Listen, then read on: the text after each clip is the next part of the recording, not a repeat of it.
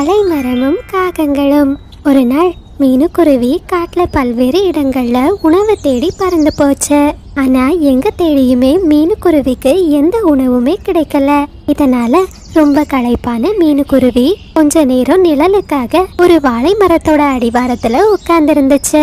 கொஞ்ச நேரம் ஓய்வெடுத்த பிறகு மீனுக்குருவி அங்கிருந்து கிளம்ப தயாராச்சு.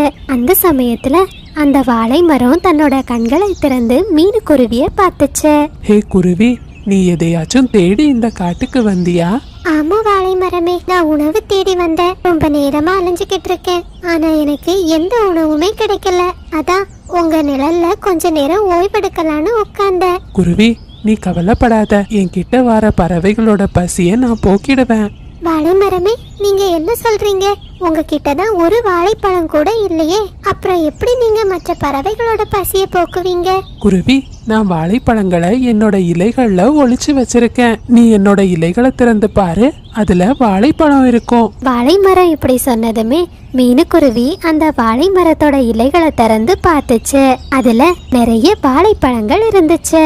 அட வாழை மரமே, நீங்க சொன்னபடியே உங்ககிட்ட நிறைய வாழைப்பழங்கள் இருக்கு. குருவி, நீ தாராளமா என்னோட வாழைப்பழங்களை எடுத்துக்கலாம். ஆனா அதுக்கு ஒரு நிபந்தனை. நீ அதை கட்டாயம் கடைபிடிச்சாகணும். என்ன வாழை மரமே, என்ன நிபந்தனை சொல்லுங்க, நான் நிச்சயம் அதை செய்றேன். நீ என்கிட்ட இருந்து எடுக்கிற வாழைப்பழங்கள்ல சரி பாதிய ஏழை பறவைகளுக்கு கொடுக்கணும். மீதி பாதியை தான் நீ சாப்பிடணும். சரி வாழை மரமே, நான் நிச்சயமா செய்றேன். கஷ்டப்படுற பறவைகளுக்கு உதவி செய்யறதுன்னா எனக்கும் ரொம்ப பிடிக்கும். பிறகு மீனுக்குருவி அந்த வாழை மரத்துல இருந்து 4 வாழைப்பழங்களை பறிச்சுட்டு தன்னோட வீட்டுக்கு போய்கிட்டு இருந்துச்சு. அந்த சமயத்துல மிட்டுக்கிளி தான் ரெக்கையில அடிபட்டு ரொம்ப வருத்தத்தோட தன்னோட கூட்டுல உட்கார்ந்து இருந்துச்சு. அதால பறக்க முடியாததுனால அது உணவு தேடவும் போகல. அந்த பக்கமா வந்த மீனுக்குருவி மிட்டுக்கிளிய பார்த்துச்சு. மிட்டு, இந்த 2 வாழைப்பழங்களையும் சாப்பிடு. மீனு, உனக்கு ரொம்ப நன்றி. காலையில இருந்தே ரொம்ப பசியா இருந்தேன். யாராச்சும் உணவு தருவாங்களான்னு எதிர்பார்த்துக்கிட்டே இருந்தேன் அப்படின்னு சொன்ன மிட்டுக்கிளி உணவு கிடைச்சதை நினைச்சு ரொம்ப சந்தோஷப்பட்டுச்சு. பிறகு மீனுக்குருவி மீதி 2 வாழைப்பழங்களை எடுத்துக்கிட்டு தன்னோட வீட்டுக்கு பறந்து போச்சு. வீட்டுக்கு வந்த மீனுக்குருவி தான் குழந்தைக்கு ஒரு வாழைப்பழமும் தனக்கு ஒரு வாழைப்பழமும் சாப்பிட்டுச்சு. அம்மா, இந்த வாழைப்பழங்கள் ரொம்ப ருசியா இருக்குமா? ஆமா மகனே, இந்த பழம் ரொம்ப ருசியா தான் இருக்கு. நான் தினமும் உனக்காக ஒரு வாழைப்பழம் கொண்டு வருவேன் அப்படின்னு சொன்ன மீனுக்குருவி அந்த வாழைத்தோலை ஜன்னல் வழியா வெளியே தூக்கி எறிஞ்சிச்சு. அப்படியே அந்த வாழைப்பழத்தோல் மரக்கிளையில உட்கார்ந்திருந்த ராணி காகத்தின் தலையில வந்து விழுந்துச்சு. அட, என்ன இது? நான் இங்க பசியால செத்துக்கிட்டு இருக்கேன். இந்த மீனுக்குருவிக்கு மட்டும் இந்த இனிப்பான வாழைப்பழம் எங்க இருந்து கிடைச்சது? இப்பவே அந்த குருவி கிட்ட போய் கேட்கலாம் அப்படின்னு சொன்ன ராணிக்காகவும் மீனுக்குருவியோட வீட்டுக்குள்ள பறந்து போச்சு. மீனு, நான் ரொம்ப பசியில இருக்கேன். உனக்கு இந்த வாழைப்பழம் எங்க இருந்து கிடைச்சது? தயவு செஞ்சு சொல்லு. நான் காலையில இருந்தே எதுவும் சாப்பிடல. சொல்றேன் ராணி. நம்ம காட்டுல ஒரு பழைய கிணறு இருக்குல்ல, அதனோட பக்கத்துலதான் ஒரு வயசான வாழை மரம் இருக்கு. ஆனா அது கிட்ட எந்த கனிகளும் இருக்காது. அதனோட கனிகளை நாம சாப்பிடணும்னா ஒரு நிபந்தனை இருக்கு. அது கிட்ட இருந்து எடுக்கிற கனிகள்ல பாதியை ஏழை குருவிகளுக்கு கொடுக்கணும். சரி மீனு, அதை பத்தி எல்லாம் எனக்கு எந்த கவலையும் இல்லை. என்னோட பசி தீந்தா போதும் அப்படின்னு சொன்ன ராணிக்காகவும் அந்த வாழை மரத்தை தேடி பறந்து போச்சு. வாழை மரமே, வாழை மரமே, நான் ரொம்ப பசியில இருக்கேன். எனக்கு கொஞ்சம் வாழைப்பழங்கள் கொடுங்க. தாராளமா தரேன் காகமே. ஆனா நீ என்னோட வாழைப்பழத்தை சாப்பிடணும்னா அதுக்கு ஒரு நிபந்தனை இருக்கு. நீ என்கிட்ட இருந்து எடுத்துட்டு போற பழத்துல சரி பாதியை ஏழை குருவிக்கு கொடுக்கணும். புரிஞ்சுதா? எனக்கு தெரியும் வாழை மரமே, நான் கண்டிப்பா கொடுக்கறேன். ஆனா உங்ககிட்ட தான் வாழைப்பழங்கள் இல்லையே. நீங்க வாழைப்பழங்களை எங்க வச்சிருக்கீங்க? காகமே, என் மேல இருக்கிற இலைய விலக்கிட்டு பாரு, அதுக்குள்ளதான் வாழைப்பழங்கள் இருக்கும். உடனே ராணிக்காகமும் அந்த வாழை மரத்து மேல ஏறி இலைகளை விலக்கி பார்த்துச்சு. அதுல நிறைய வாழைப்பழங்கள் இருந்ததை பார்த்த ராணிக்காகவும் ரொம்ப ஆச்சரியப்பட்டுச்சு. அந்த வாழை மரத்துல இருந்த பழங்கள்ல பாதி பழத்தை ராணிக்காகவும் எடுத்துச்சு. காகமே, உனக்கு நினைவு இருக்குல்ல, நீ கண்டிப்பா இந்த பழங்கள்ல பாதிய ஏழை குருவிக்கு கொடுக்கணும். மறந்துடாத. வாழை மரமே, எனக்கு நல்லா ஞாபகம் இருக்கு அப்படின்னு சொன்ன ராணிக்காகவும் அந்த வாழைப்பழங்களை எடுத்துக்கிட்டு தன்னோட வீட்டுக்கு வந்துச்சு. நான் என்ன பைத்தியக்காரியா? இந்த வாழைப்பழங்கள்ல பாதியை ஏழை பறவைகளுக்கு கொடுக்கறதுக்கு? காலு, இந்த பழத்துல பாதியை நீங்க சாப்பிடுங்க, மீதி பாதியை நான் சாப்பிடுறேன். இன்னும் கொஞ்சம் மீதி இருக்கும், அதை எடுத்து நம்ம ஃப்ரிட்ஜில் வச்சிடலாம் அப்படின்னு சொன்ன காகங்கள் அந்த வாழைப்பழத்தை ரொம்ப சந்தோஷமா சாப்பிட்டாங்க. மீதி வந்த வாழைப்பழத்தை ராணிக்காகவும் தான் வீட்டு ஃப்ரிட்ஜில் வச்சது. அப்படியே ராத்திரி நேரம் வந்துச்சு. ராணிக்காகவும் ரொம்ப சோகமா தன்னோட வீட்டில் உட்காந்துருந்துச்சு. ராணி, உனக்கு என்ன ஆச்சு? ஏன் எதையோ யோசிச்சுக்கிட்டு ரொம்ப வருத்தத்துல இருக்க? பாலு, நான் அந்த வாழை மரத்தை பத்தி தான் நினைச்சுக்கிட்டு இருக்கேன். அந்த வாழை மரத்துல இருக்கிற பழங்கள் மற்ற பறவைகள் சாப்பிட்டா நமக்கு எந்த வாழைப்பழமும் கிடைக்காதே. அதான் எப்படியாச்சும் அந்த வாழைப்பழம் முழுவதையும் நம்ம வீட்டுக்கு கொண்டு வந்துடணும். அதான் எப்படின்னு யோசிக்கிறேன். அட ராணி, இந்த சின்ன விஷயத்துக்கு எதுக்கு யோசிக்கிற? பறவைகள் நாளைக்கு காலையில தானே வாழைப்பழத்தை சாப்பிட வருவாங்க. நம்ம ராத்திரியே போய் அந்த மரத்துக்கிட்ட போய் சொல்லி எல்லா வாழைப்பழத்தையும் வாங்கிட்டு வந்துடலாம். ஆமா காலு, இதுதான் நல்ல ஐடியா. வாங்க இப்பவே போலாம் அப்படின்னு பேசிக்கிட்ட 2 காகங்களும் அந்த வாழை மரம் இருக்கிற இடத்தை நோக்கி பறந்து போனாங்க. காகங்களே, உங்களுக்கு என்ன வேணும்? எதுக்காக இந்த ராத்திரி இங்க வந்திருக்கீங்க? வாழை மரமே, எங்க வீட்ல நிறைய ஏழை பறவைகள் வந்திருக்காங்க. அவங்களுக்கு கொடுக்கறதுக்கு எங்க கிட்ட எந்த உணவும் இல்ல. அதான் உங்ககிட்ட இருந்த வாழைப்பழங்களை வாங்கிட்டு போலான்னு வந்திருக்கேன். காகங்களே, நீங்க சொல்ற பொய்ய இனிமே நம்புறதுக்கு நான் தயாரா இல்ல. எனக்கு நீங்க அந்த வாழைப்பழங்களை என்ன பண்ணீங்கன்னு எல்லா விஷயமும் தெரியும். வாழைமரமே, என்ன சொல்றீங்க? எங்களை பத்தி மற்ற பறவைகள் ஏதாச்சும் உங்ககிட்ட வந்து பொய் சொன்னாங்களா? காகங்களா, எனக்கு நடந்த விஷயம் எல்லாம் தெரியும். என் வாழைப்பழத்தை யார் யாரு சாப்பிடுறாங்கன்னு எனக்கு தெரியும். நீங்க ரொம்ப பேராசை பிடிச்சவங்க அப்படின்னு சொன்ன வாழை மரம் தன்னோட வாழை இலையால அந்த 2 காகங்களையும் அடிக்க ஆரம்பிச்சது. ரொம்ப பலமா 2 காகங்களும் அடி வாங்கினாங்க. பிறகு ரொம்ப ஏமாற்றத்தோட 2 காகங்களும் அங்கிருந்து பறந்து போயிட்டாங்க. குழந்தைகளே, இந்த கதையிலிருந்து நாம என்ன கத்துக்கலாம்னா, பேராசை பெரும் நஷ்டம். குருவியின் ரொட்டி. ஒரு அழகான காட்டுல மீனுங்கிற ஒரு ஏழை குருவி வாழ்ந்து வந்துச்சு. அந்த குருவிக்கு 2 மகள்கள் இருந்தாங்க. அம்மா, அப்பா எப்பமா வீட்டுக்கு வருவாங்க? எனக்கு ரொம்ப பசிக்குது. சரா, அப்பா சீக்கிரம் வந்துடுவாங்கம்மா. நமக்கு உணவு எடுக்கிறதுக்கு தான் அப்பா ரொம்ப தூரம் போயிருக்காங்க. அந்த காட்டுல காலு, ராணிங்கிற 2 காகங்கள் இருந்தாங்க. அந்த காகங்கள் காட்டுல இருக்கிற மற்ற பறவைகள் கிட்ட வழிப்பறி பண்ணி சாப்பிடுறத வழக்கமா வச்சிருந்தாங்க. கோமல் குருவியோ தான் மனைவி மற்றும் குழந்தைங்களுக்காக ரொம்ப கஷ்டப்பட்டு காட்டுல தூரமான இடங்களுக்கு போய் உணவு சேமிச்சு தன்னோட வீட்டுக்கு திரும்பிச்சு. அப்பாவி கோமல் குருவி தான் வீட்டுக்கு பழங்களை எடுத்துக்கிட்டு போற நேரம் அந்த 2 மோசமான காகங்களும் கோமல் குருவிய பார்த்துட்டாங்க. கலு, அங்க பாருங்க, அந்த குருவியோட கூடையில எவ்வளவு சுவையான பழங்கள் இருக்கு. ஆமா ராணி, நானும் பார்த்தேன். இந்த பஞ்சத்துல அந்த பறவைகள் எங்க இருந்துதான் இவ்வளவு சுவையான பழங்களை கண்டுபிடிக்கிறாங்களோ? கலு, பேசிக்கிட்டே இருந்தா அந்த குருவி போயிடும். வாங்க சீக்கிரம் அந்த குருவியை மிரட்டி அந்த பழங்களை நமக்கு சொந்தமாக்கிப்போம் அப்படின்னு சொன்ன காலுவும் ராணியும் அங்கிருந்து வேகமா பறந்து கோமல் குருவிய பின்தொடர ஆரம்பிச்சாங்க. காகங்களே, உங்களுக்கு என்ன வேணும்? எதுக்காக என்ன வழிமறிக்கிறீங்க? ஹே குருவி, உனக்கு உயிர் மேல ஆசை இருந்தா இந்த பழங்களை எங்க கிட்ட ஒப்படைச்சிட்டு இங்கிருந்து இப்போவே கிளம்பிடு. இல்ல நாங்க 2 பேரும் சேர்ந்து உன்னை அடிச்சே சாகடிச்சிடுவோம்.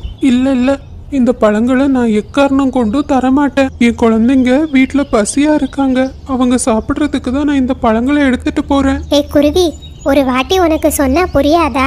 நாங்க யாருன்னு இப்ப காட்டுறோம் பாரு. காலுக்காகும் உடனே தான் வச்சிருந்த குச்சியால கோமல் குருவிய அடிக்க ஆரம்பிச்சது.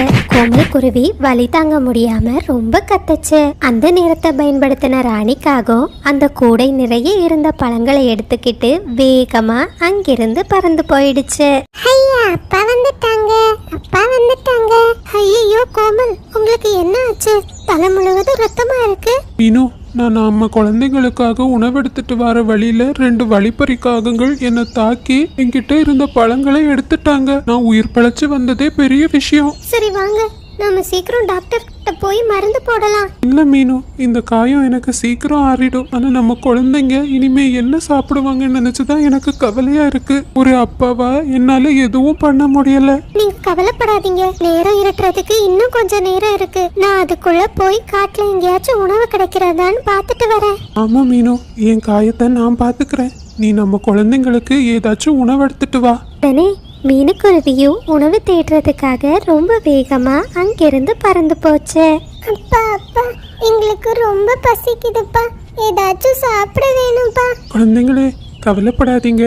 அம்மா நிச்சயமா உங்களுக்கு உணவெடுத்துட்டு வந்துடுவாங்க. அம்மா வர்றது வரைக்கும் வீட்டுல படுத்து நிம்மதியா தூங்குங்க. இல்லப்பா, எங்களுக்கு பசியால தூக்கம் கூட வர மாட்டேங்குது. தான் குழந்தைங்க இப்படி சொன்னதுமே கோமல் குருவி ரொம்ப வருத்தப்பட்டுச்சு. மீனுக்குருவி உணவு தேட போன கொஞ்ச நேரத்திலேயே காட்டுல ரொம்ப கடுமையா கருமேகங்கள் சூழ ஆரம்பிச்சாங்க. பலமா மின்னலும் அடிக்க ஆரம்பிச்சது. பாவி மீனுக்குருவிக்கு எங்க தேடியுமே உணவு கிடைக்கல. அது நிறைய தூரம் பறந்து பறந்து ரெக்கைகள் வலிச்சதுனால ஒரு மரத்தோட கிளையில உட்கார்ந்துருந்துச்சு. அட கடவுளே, மழை வேற வர மாதிரி இருக்கு. இவ்வளவு தூரம் பறந்து வந்தும் எனக்கு எந்த உணவும் கிடைக்கல. வீட்டுல என் குழந்தைங்க அம்மா உணவு எடுத்துட்டு வருவாங்கன்னு ஆசையா காத்துக்கிருப்பாங்க. அவங்களுக்கு நான் என்ன பதில் சொல்ல போறேன்? கொஞ்ச நேரத்திலேயே காட்டுல கடுமையா மழை பொழிய ஆரம்பிச்சிடுச்சு. இத பார்த்த மீனுக்குருவி ரொம்ப வருத்தப்பட்டுச்சு. கடுமையான மின்னல் வேற அடிக்குது. இந்த நேரத்துல நான் மரத்துல உட்கார்ந்து இருக்கிறது பாதுகாப்பா இருக்காது. அந்த குகைக்குள்ள மழை நிக்கிறது வரை போய் உட்கார்ந்துக்கலாம் அப்படின்னு சொன்ன மீனுக்குருவி வேகமா அந்த குகையை நோக்கி பறந்து போச்சு. அந்த குகைக்குள்ள ஒரு வயசான குருவி நிறைய இனிப்பான அப்பங்களை சுட்டுக்கிட்டு இருந்துச்சு. யாருமா நீ இந்த நேரத்துல என்னோட குகைக்கு வந்திருக்க? தாத்தா, என் பேரு மீனு. என் பசங்களுக்காக உணவு தேடிக்கிட்டே நான் இங்க வந்தேன். கடுமையான மழை பெய்யறதுனால இந்த குகையில வந்து மறைஞ்சுக்கிட்டேன். ஓ அப்படியாம்மா, நீ தேடின உணவு உனக்கு கிடைச்சதா? இல்ல தாத்தா, என் குழந்தைங்க இன்னைக்கு காலையில இருந்தே சாப்பிடல. எப்போ இந்த மழை நின்று எப்போ என் குழந்தைங்களுக்கு நான் உணவு எடுத்துட்டு போவேன்னு தெரியல. கவலைப்படாதம்மா, என்கிட்ட நிறைய இனிப்பான அப்பங்கள் இருக்கு. இந்த அப்பங்கள் உன் குழந்தைக்கு ரொம்ப பிடிக்கும். இதை எடுத்துட்டு போ. தாத்தா, நீங்க நிஜமா தான் சொல்றீங்களா? ஆமா குருவி, நான் சுவையான அப்பங்கள் செய்து இந்த காட்டுல இருக்கிற பறவைகளுக்கு விற்பனை பண்ணிக்கிட்டு வரேன். இன்னைக்கு மழை வந்ததுனால எந்த பறவைகளும் அப்பம் வாங்க வெளியே வர மாட்டாங்க. என் அப்பங்கள் எல்லாம் வீணா போகும் தான் நினைச்சேன். அது உன் குழந்தைகளோட பசியை தீர்க்கறதுல எனக்கு ரொம்ப சந்தோஷம். தாத்தா, எனக்கு ரொம்ப சந்தோஷமா இருக்கு. உங்களோட இந்த உதவியை நான் மறக்கவே மாட்டேன். சரி குருவி, மழை வேற ரொம்ப வேகமா பெய்யுது. நீ என்னோட கொடையை எடுத்துக்கிட்டு உன் வீட்டுக்கு போ. குருவி அந்த வயசான குருவி கொடுத்த அப்பங்களையும் கொடையையும் எடுத்துக்கிட்டு வேகமா தான் வீட்டை நோக்கி பறக்க ஆரம்பிச்சது. அந்த நேரத்துல காலுவும் ராணியும் ஒரு வாழை இலைய வச்சுக்கிட்டு மழை நனையாதபடி உட்கார்ந்துருந்தாங்க. ரெண்டு பறவைகளும் மீனுக்குருவி அப்பத்தை எடுத்து பறந்து போறத பார்த்தாங்க. காலு, அங்க பாத்தீங்களா? அந்த குருவி ஒரு அழகான கொடையை எடுத்துட்டு போகுது. இந்த வாழை இலைய பிடிச்சு பிடிச்சு எனக்கு கை ரொம்ப வலிக்குது. அதுக்கு என்ன, இப்பவே அந்த குருவியை மிரட்டி அந்த கொடையை வாங்கிடலாம். வா போவோம். என் கணவர் சொன்ன அந்த வழிப்பறி காகங்கள் நீங்க தானே? காகங்களே, என் கணவரை தான் நீங்க அடிச்சு காயப்படுத்திட்டீங்க. வீட்டுல என் குழந்தைங்க பசியா இருக்காங்க. இந்த அப்பத்தை மட்டும் என் குழந்தைங்களுக்கு கொண்டு போக விடுங்க. ஹே குருவி, நாங்க இன்னைக்கு தேவைக்கு அதிகமாகவே சாப்பிட்டுட்டோம். எனக்கு உங்களோட அப்பம் ஒன்றும் தேவையில்லை. இந்த கொடையை மட்டும் எங்க கிட்ட விட்டுட்டு போ. காகங்களே, இந்த கொடையை தாராளமா நீங்க எடுத்துக்கோங்க அப்படின்னு சொன்ன மீனுக்குருவி இந்த கொடைய காகங்கள் கிட்ட கொடுத்துட்டு அந்த அப்பத்தை மட்டும் எடுத்துட்டு வேகமா அங்கிருந்து பறந்து போயிடுச்சு. மீனுக்குருவியோ அந்த சுவையான அப்பங்களை எடுத்துட்டு வீட்டுக்கு வந்ததும் பசியா இருந்த குழந்தைங்க அந்த அப்பத்தை ரொம்ப ருசிச்சு சாப்பிட்டாங்க. மீனு, இந்த சுவையான அப்பம் உனக்கு எங்கிருந்து கிடைச்சது? இந்த அப்பம் வாங்குற அளவு நம்ம கிட்ட காசு இல்லையேம்மா அப்படின்னு தன்னோட கணவர் கேட்டதுமே மீனுக்குருவி நடந்த எல்லா விஷயத்தையும் சொல்லுச்சு. மீனு, அந்த இரக்கம் இல்லாத காகங்களுக்கு கடவுள் நிச்சயமா நல்ல பாடத்தை கத்து கொடுப்பாரு. அதே சமயத்துல காலுவும் ராணியும் தாங்கள் மிரட்டி வாங்கின கொடையில ரொம்ப சந்தோஷமா மழைய ரசிச்சுக்கிட்டு இருந்தாங்க. காலு, இந்த கொடைக்குள்ளேயே இருந்து மழைய பாக்குறது எவ்வளவு நல்லா இருக்கு பாத்தீங்களா அப்படின்னு ரெண்டு காகங்களும் பேசிக்கிட்டு இருந்த நேரம் திடீர்னு ஒரு மின்னல் அந்த கொடை மேல பலமா தாக்க ஆரம்பிச்சது. ரெண்டு காகங்களும் அந்த மின்னலோட சக்தியை ஈடு செய்ய முடியாம அங்கேயே கருகி போயிட்டாங்க. கழுகும். ஒரு சமயம் நாம்பூர் காட்டுல வாழ்ந்த பறவைகள் எல்லாம் ரொம்ப சந்தோஷமா ஒரு இடத்துல வீடு கட்டி வாழ்ந்து வந்தாங்க. அந்த காட்டுக்கு ரொம்ப பக்கத்திலேயே ஒரு கழுகோட வீடும் இருந்துச்சு. அந்த வீட்டுக்குள்ள மகிங்கிற ஒரு கழுகு வாழ்ந்து வந்துச்சு. மகி கழுகுக்கு சீலோங்கிற ஒரு மனைவியும் இருந்தா. என்னங்க, அநேகமா நான் இன்னைக்கு முட்டை இட்டுருவேன். எனக்கு ரொம்ப பசிக்குது. நீங்க வெளியே போய் எனக்கு உணவு எடுத்துட்டு வாங்க. சரி அன்பே, உனக்கு பிடிச்சது மாதிரி உணவை நான் தேடி எடுத்துக்கிட்டு வரேன் அப்படின்னு சொன்ன மகிக்களுக்கு தான் மனைவிக்கு உணவு தேடுறதுக்காக அங்கிருந்து பறந்து போச்சு. ஆகா, அருமையான முட்டை வாசம் எடுக்குது. என் மனைவிக்கு முட்டைனா ரொம்ப பிடிக்கும். அந்த முட்டையை எடுத்துட்டு போய் அவகிட்ட கொடுத்தா அவ ரொம்ப சந்தோஷப்படுவா அப்படின்னு சொன்ன மகிக்களுக்கு அந்த முட்டை வாசம் ஏற இடத்தை நோக்கி பறந்து போச்சு. அந்த முட்டை வாசம் ஒரு வீட்டுக்குள்ள இருந்து வந்துகிட்டு இருந்துச்சு. அந்த வீட்டுக்குள்ள லூசி, கபூத்தருங்கிற 2 பறவைகள் வாழ்ந்து வந்தாங்க. அவங்க ரொம்ப நாள் கழிச்சு தான் வீட்ல முட்டை வந்திருப்பத பார்த்து ரொம்ப சந்தோஷப்பட்டாங்க. அந்த வீட்ல இருந்த ஒரு துவாரம் வழியா மகிக்கழுகு வீட்டுக்குள்ள நடக்கிறத பார்த்துக்கிட்டு இருந்துச்சு. லூசி, ரொம்ப நாள் கழிச்சு நீ முட்டையிட்டு இருக்கிறத நினைச்சு எனக்கு ரொம்ப சந்தோஷமா இருக்கு. என் முட்டைகளை பார்த்துக்கிட்டே இருக்கணும் போல இருக்கு. என்னங்க, இப்படி முட்டையே பார்த்துக்கிட்டு இருந்தா நாம எப்ப உணவு சேமிக்க போறது? சீக்கிரம் வாங்க, மழை வேற வரப்போகுது. வீட்டுக்கு வந்த அப்புறம் தான் நம்ம முட்டை மேல உட்காந்து நான் அடை காக்கணும். அதுவும் சரிதான். வா லூசி, இப்பவே போய் உணவு எடுத்துக்கிட்டு வருவோம் அப்படின்னு பேசிக்கிட்டே 2 புறாக்களும் உணவு தேடுறதுக்காக அங்கிருந்து பறந்து போனாங்க. இத பார்த்த மகிக்கழுகு ரொம்ப சந்தோஷப்பட்டுச்சு. ஆஹா, உணவு தேடிட்டு மெதுவா வாங்க. அதுக்குள்ள உங்க முட்டைகள் தான் எனக்கு உணவு அப்படின்னு சொன்ன மகிக்கழுகு வீட்டோட கதவை ரொம்ப வேகமா உடைக்க ஆரம்பிச்சது. பிறகு வீட்டுக்குள்ள போய் அந்த 2 முட்டைகளையும் பார்த்துச்சு.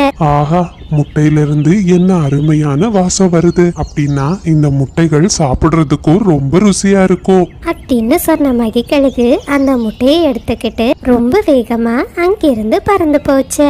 புறாவோட வீட்டுல இருந்து கழுகு முட்டை எடுத்துட்டு போறத புறாவோட பக்கத்து வீடான மீனுக்குருவி பார்த்துக்கிட்டு இருந்துச்சு. ஐயோ, இந்த மோசமான கழுகு லூசியோட முட்டையை எடுத்துட்டு போகுது. பாவம் லூசி ரொம்ப நாள் கழிச்சு தன்னோட வீட்டுல முட்டையிட்டு இருந்தா. எப்படியாச்சும் அந்த கழுகு கிட்ட இருந்து முட்டையை நான் காப்பாற்றியே ஆகணும் அப்படின்னு சொன்ன மீனுக்குருவி கழுகு பின்தொடர்ந்தபடியே வேகமா பறந்து போச்சு. ஐயோ, நான் முட்டையிடுற நேரம் வேற நெருங்கிக்கிட்டே இருக்கேன். இந்த மகிகளுக்கு வேற எங்க போய் தொலைஞ்சேன்னு தெரியல அப்படின்னு சொன்ன சீலோ கழுகு கொஞ்ச நேரத்திலேயே தன்னோட வீட்டுல 2 முட்டைகளை இட்டது. குழந்தைகளே, நீங்க வந்துட்டீங்களா? உங்களை பார்த்ததுல ரொம்ப சந்தோஷம். உங்க அப்பா உணவெடுத்துட்டு வருவாங்கன்னு நான் காத்துக்கிட்டு இருந்தா பசியால இறந்து போக வேண்டியதுதான். ரொம்ப பசி எடுக்குது. அம்மா வெளியே போய் சாப்பிட்டுட்டு வரேன் அப்படின்னு சொன்ன சீலோ கழுகு தான் முட்டைகள் மேல சில இலைகளை போட்டு மறைச்சு வச்சது. பிறகு உணவு சாப்பிடுறதுக்காக அங்கிருந்து பறந்து போச்சு. கொஞ்ச நேரத்திலேயே மகிக்கழுகு அந்த 2 முட்டைகளையும் எடுத்துக்கிட்டு தன்னோட வீட்டுக்கு வந்துச்சு. மகிக்கழுகுக்கு தெரியாமலேயே மீனுக்குருவியும் மகிக்கழுக பின்தொடர்ந்தே அதனோட வீட்டுக்கு வந்துச்சு. முட்டையிடுற நேரத்துல என் மனைவி எங்க போயிட்டா? அவளுக்கு கொஞ்சம் கூட பொறுப்பே கிடையாது. இவ்வளவு தூரம் பறந்து வந்ததுல எனக்கு ரொம்ப தாகமா இருக்கு. நதிக்கு போய் கொஞ்சம் தண்ணி குடிச்சிட்டு வரலாம் அப்படின்னு சொன்ன மகிக்கழுகு தண்ணி குடிக்கிறதுக்காக நதிக்கரையை நோக்கி பறந்து போச்சு. அந்த சமயத்தை பயன்படுத்தின மீனுக்குருவி வேகமா கழுகோட வீட்டுல இருந்த 2 முட்டைகளையும் எடுத்துக்கிட்டு அங்கிருந்து பறந்து போயிடுச்சு. கொஞ்ச நேரத்திலேயே தண்ணீர் குடிக்க போன சீலோ கழுகு தன்னோட வீட்டுக்கு திரும்ப வந்துச்சு. அட கடவுளே, அந்த மகிக்கழுகு இன்னும் வீட்டுக்கு வரல. அந்த கழுகுக்கு கொஞ்சம் கூட பொறுப்பே இல்ல. வரட்டும், பேசிக்கிறேன் அப்படின்னு சொன்ன சீலோ கழுகு தான் மறைச்சு வச்சிருந்த இலைகளை நீக்குச்சு. கொஞ்ச நேரத்திலேயே தண்ணீர் குடிக்க போன மகிக்கழுகு தன்னோட வீட்டுக்கு திரும்பி வந்துச்சு. சீலோ, நீ முட்டையிடுற நேரம் நம்ம வீட்டை விட்டு எங்க போயிட்ட? சரி சரி, எனக்கு ரொம்ப பசிக்குது. நாம சாப்பிடுறதுக்காக நான் 2 முட்டைகளை எடுத்துட்டு வந்திருக்கேன். இத கேட்ட சீலோ கழுகுக்கு ரொம்ப கோபம் வந்துச்சு. என்ன, உங்களுக்கு பொறுப்பு தான் இல்லைன்னு நினைச்சேன். இப்ப சுத்தமா அறிவும் இல்லாம போயிடுச்சா? நம்ம முட்டைகளையே நீங்க சாப்பிடுவீங்களா? அப்படின்னு சொன்ன சீலோ கழுகு ரொம்ப கோபத்துல மகிக்கழுக தாக்குச்சு. மகிக்கழுகுக்கு என்ன நடக்குதுன்னே புரியல. நீ எதுக்காக என்ன அடிக்கிற? நான் என்ன தப்பு செய்தேன்? நம்ம சாப்பிடுறதுக்காக தான் 2 முட்டைகளை நான் எடுத்துட்டு வந்தேன். ஐயோ, என் அறிவில்லாத கணவரே, இந்த 2 முட்டைகளும் என்னோட முட்டைகள். நம்ம குழந்தைங்களையே என்ன சாப்பிட சொல்றீங்களா? சீலோ கழுகு இப்படி சொன்னதுமே மகிக்கழுகுக்கு தான் எடுத்துட்டு வந்த 2 முட்டைகளும் எங்க போச்சுன்னு நினைச்சு ரொம்ப குழப்பமா இருந்துச்சு. கடவுளே, இனி வாழ்க்கையில நான் உணவுக்காக முட்டைகளையே எடுக்க கூடாது. முட்டைகள் எப்படிதான் மாயமா மறைஞ்சோ தெரியல. அந்த நேரத்துல உணவெடுக்க போன 2 புறாக்களும் உணவை எடுத்துக்கிட்டு தங்களோட வீட்டுக்கு திரும்பினாங்க. வானமும் ரொம்ப மேகமூட்டத்தோட மழை வர அறிகுறி மாதிரி இருந்துச்சு. அந்த 2 புறாவும் வீட்ல வந்து தான் முட்டைகளை காணாததுமே ரொம்ப வருத்தத்துல அழுதாங்க. ஐயோ, என் முட்டைகள் எங்க போச்சு? யாரையா முட்டைகளை எடுத்திருப்பா? அந்த நேரத்துல மீனுக்குருவியோ கழுகோட வீட்டுல இருந்த முட்டையை எடுத்துக்கிட்டு லூசியோட வீட்டுக்கு வேகமா பறந்து வந்துச்சு. முட்டைய லூசியோட வீட்டுல வச்ச மீனுக்குருவி நடந்த எல்லா விஷயத்தையும் சொல்லுச்சு. ஒளி மீனு, நீ செய்த உதவிக்கு அளவே இல்ல. இந்த உதவிக்கு நாங்க என்ன கைமாறுதான் செய்ய போறோமோ தெரியல. நீ உன் உயிரையே பணைய வச்சு எங்களோட முட்டையை காப்பாத்திருக்க. லூசி, நீ என்னுடைய நல்ல தோழி. ஏதோ என்னால முடிஞ்ச சின்ன உதவி. உன் முட்டைகளை காப்பாற்ற முடிஞ்சதுல நானும் ரொம்ப சந்தோஷப்படுறேன். நண்பர்களே, இது சப்ஸ்கிரைபர் விருப்பத்திற்கான நேரம். ஹாய் ஜர்ஷிதா, ஹாய் சஜன், ரினோ, ரியோ, தர்ஷன், சோசனா எல்லா குட்டீஸ்க்கும் ஒரு பெரிய ஹாய். வினுஸ்ரீ, கனிஸ்ரீ, ருத்ரன் எல்லா குட்டீஸ்க்கும் ஒரு பெரிய ஹாய். ஹாய் அம்முராஜ், ஹாய் லியா குட்டி, விக்கி, விஷு, நந்தா, மின்ஹா எல்லா குட்டீஸ்க்கும் ஒரு பெரிய ஹாய். ஹாய் நேத்ரன். சுகரினா, உங்களுக்கு இனிய பிறந்த நாள் நல்வாழ்த்துக்கள். வாழ்க்கையில் எல்லா வளங்களையும் பெற்று நலமுடன் வாழ வாழ்த்துகிறேன். நிலா, ஜீவா, ரக்ஷித் எல்லா குட்டீஸ்க்கும் ஒரு பெரிய ஹாய். கில்டா, கதோஷ் 2 குட்டீஸ்க்கும் ஒரு பெரிய ஹாய். பனிமலர், நிறைமலர் 2 குட்டீஸ்க்கும் ஒரு பெரிய ஹாய். நீங்கள் அனைவரும் அளித்து வரும் அன்புக்கும் ஆதரவுக்கும் மிக்க நன்றி.